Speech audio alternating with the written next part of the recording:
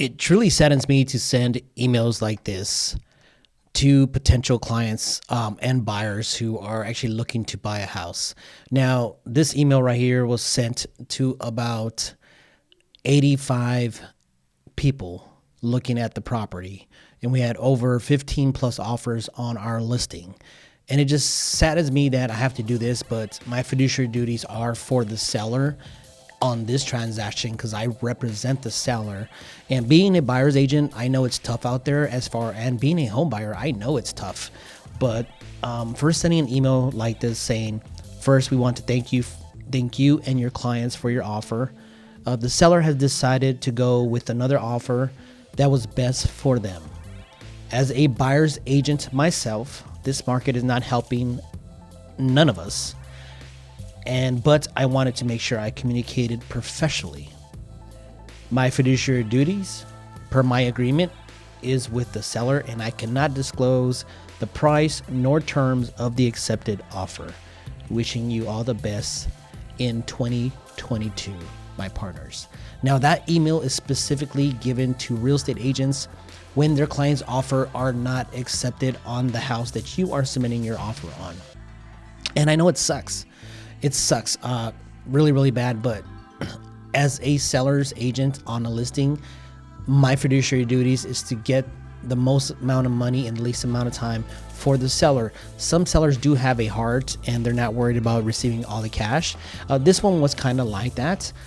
They just were relocating, and I wanted to show you a glimpse of the property and what the property looked like here. Now, this property is actually located here in Avondale, Arizona.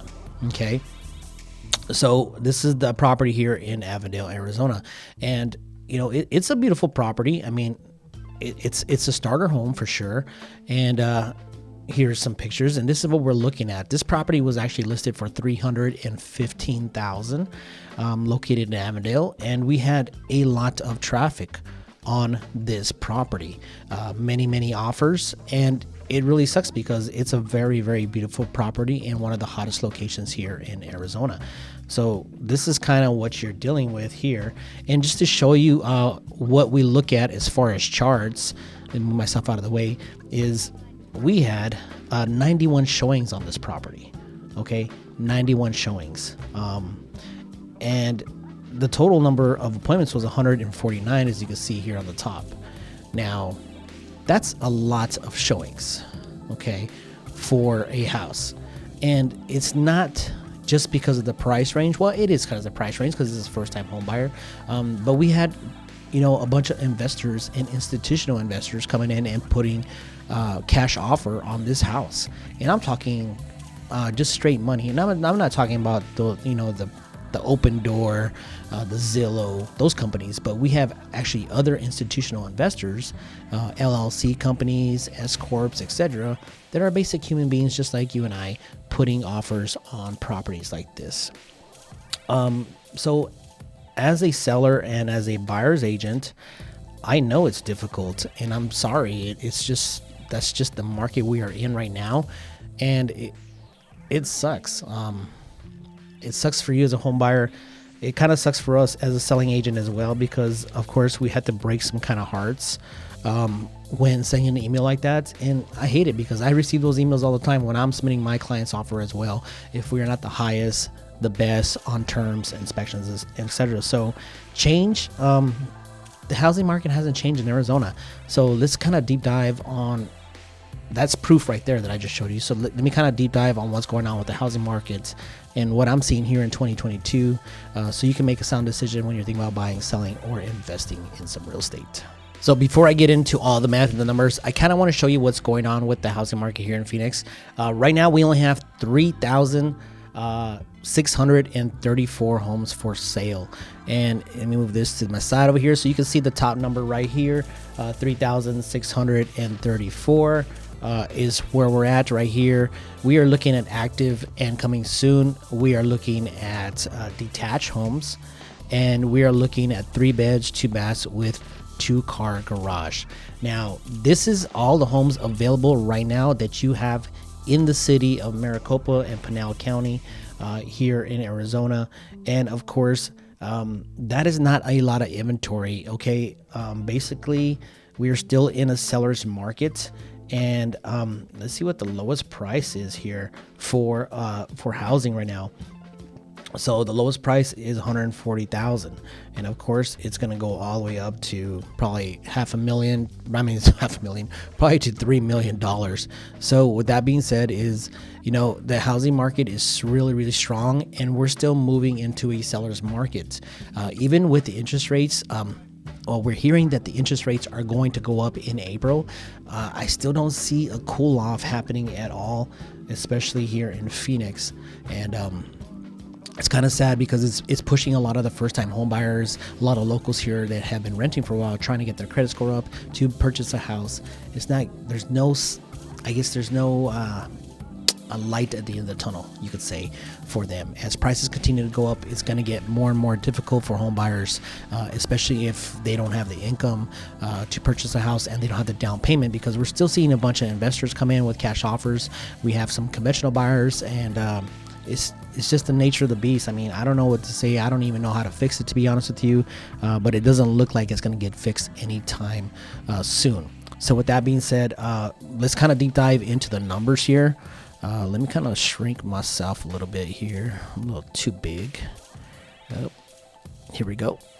Okay, so let's kind of take a look at what's going on with the housing market right now. Now, this is for January 7th through January 7th of 2022. So we're looking at 2021 to 2022. Now, it says 5,732 listings for sale, but like I showed you before, we are actually at 3,634, and that's just for single family homes. Okay, so we're down a negative 2.5% from last year. So last year we had more active listings for sale for you to choose from. Now, listings under contract, 9,476. That is down negative 7.6%. And look at the monthly median sales price. I mean, this price just continues to go up. So if you're on the sidelines and waiting for the crash, I can tell you folks, it's not going to happen. It's a sad thing to say, but it's not going to happen. We are up 28.4%, and the new median sales price across Maricopa and Pinal County is now $425,000. Closed sales 8,904. We're up 0.8%, and then you can see your listing success rate. Almost anything that you put on MLS right now is going to sell, unless it's in a very, very, very bad area. Doesn't look good, doesn't feel good. But you can see here 81.8%, and that's just because we don't have that many homes for sale. And of course, my favorite chart is the months of supply. You can see in January of 2020, we had 1.8 months of supply. Then January 2021, we had 0.7 months, and now we're at 0.6 months. So we are still in a seller's market. When we are in a balanced market, we usually have roughly around 6 months of supply. So we have a long ways to go here, my friends. And it just looks like it is not going to cool down. Now, this information is also obviously brought to you by smarter people than me. It's called the Crawford Report. I actually pay for this information and to give it to you for free, so you guys can think about what's going to happen to the real estate market, because that's why you tune into the channel. So with that being said, hey, if you like the content, do me a favor, subscribe and click that bell so you can get notified when I bring the latest video. So as far as sellers, if you're thinking about selling your house, you have to know where you're gonna go. It's plain and simple. I don't care if you're looking to buy another house, a new construction, moving out of state. If you're moving out of state, it's almost the same thing over there in California, in Washington, in Seattle. Prices are up everywhere because we don't have a whole lot of housing inventory. And it is crazy that you would think would have caused more inventory. But of course, it's just causing a lot of building delays, a lot of material delays, and it's just a mess right now. I really do believe the housing market is a mess right now for everybody, especially and you might find me with this, because you'll be saying, well, it's not a mess for sellers. But look at it this way: if you wanted to sell a house to buy another house, you're putting yourself in a predicament where you're fighting against other buyers as well. Now, it all depends on the price point, okay? There's a little bit of flexibility at a higher price point, but even in the 500 to 800,000 range, there is very, very limited inventory. So as a as a homeowner trying to get to that next level as far as upgrading to a house, it is still very difficult. And of course, if you're a first-time homeowner just trying to buy your first house, well, that's very difficult as well. But that's kind of what I wanted to bring to you as far as the housing market here is. It's not slowing down. This train is not slowing down. I don't even think with interest rates going to rise in April. That's what I am hearing. It's not going to slow down here in Phoenix, Arizona.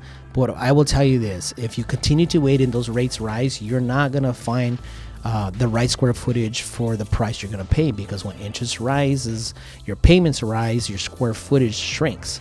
So when you could buy a 2,000 to 2,500 square foot house and your payment is at a dollar sign amount that you could only pay, and if that interest rate rises, well, that payment goes up as well. So now you got to start bringing your square footage down, and that's going to shrink the pool of homes available, which is not a lot, I know, because we only have over 3,000 listings for sale that are single family homes. That's not condos or townhomes, okay? But just think about it. If you're still on the sidelines, I would jump in. The Crawford report is a prediction of where the housing market is going.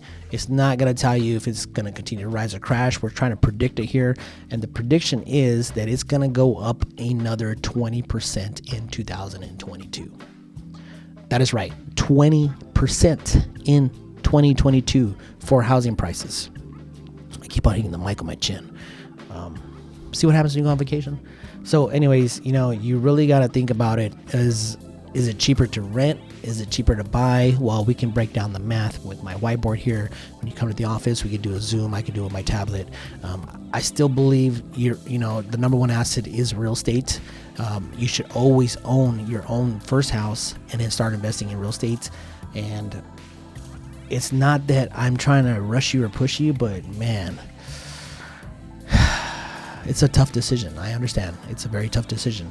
And I would move forward, to be honest with you. And it's not a sales pitch. It's just the way I see the market. Your return on your investment for putting the money down to purchase a house or an investment property is greater than sitting on the sidelines and not doing anything with your money and paying your landlord, because those rents are rising and they're going to continue to rise. When the housing market continues to rise here in 2022, rents will rise.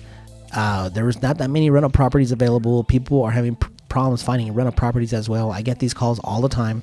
I can't find a rental property. Been looking for almost 8 months. Do you have anything coming up? Please, anything. They're willing to do anything to get in these properties. Well, there's nothing. There's nothing available as far as renting either as well.